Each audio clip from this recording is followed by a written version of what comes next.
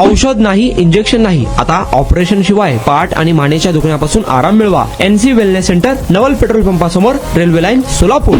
शांत समजल्या जाणाऱ्या बार्शी शहरात गुंड प्रवृत्तीच्या तरुणांनी डोके वर काढत अक्षरशः धुमाकूळ घालत एका 86 वर्षीय निरपराध वृद्धाची दुचाकी भर रस्त्यात फोडल्याची संतापजनक घटना घडली.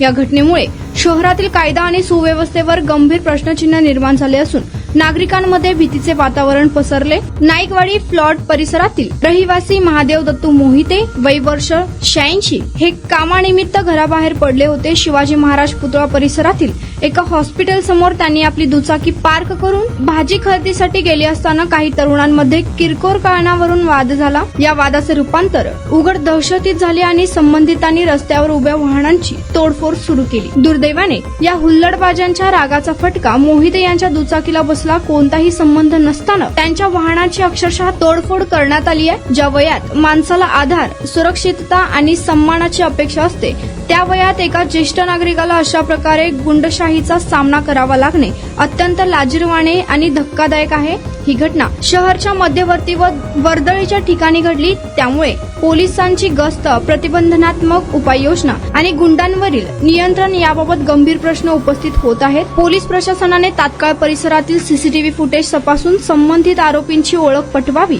आणि त्यांना अटक करून कठोर कायदेशीर कारवाई करावी. अन्यथा अशा घटनांना खतपाणी मिळून शहरातील गुंडगिरीला बळ मिळण्याची भीती व्यक्त केली जात आहे. बार्शीतील नागरिक सुरक्षित आहेत का? ज्येष्ठ नागरिक रस्त्यावर निशंकपणे फिरू शकतात का? या प्रश्नांची ठोस आणि कृतीशील उत्तरे देण्याची वेळ आता पोलीस प्रशासनावर आली आहे. शहरातील कायदा सुव्यवस्था अबाधित राखण्यासाठी तातडीने ठोस पावले उचलण्याची मागणी नागरिकातून होत आहे. आणि आता अवस्था अशी व्हायला लागली होती की मी बसत किंवा उभा राहत नव्हतो, तर जास्तीत जास्त झोपून राहायचा प्रयत्न करायचो. सलगपणे आपण एखादं काम करायला लागलो की बॅकमध्ये पेन येतोय. सुरुवातीला मी त्याला इग्नोर करायचा प्रयत्न केला. त्याच्यानंतर मला जाणवलं की इग्नोर करून हे काही कमी होत नाही. या ट्रीटमेंटच्या दरम्यान मला कुठल्याही गोळ्या किंवा इंजेक्शन घेण्यासाठी सुचवलं गेलं नाही. मला पाठदुखीचा खूप त्रास होता. आयुष हॉस्पिटल जयसिंगपूरमध्ये दाखवलं. त्यांनी त्यावर मला सर्जरीचा सल्ला दिला. त्यामुळे मी आज साधारणपणे 90% पर्यंत रिलीफ आहे.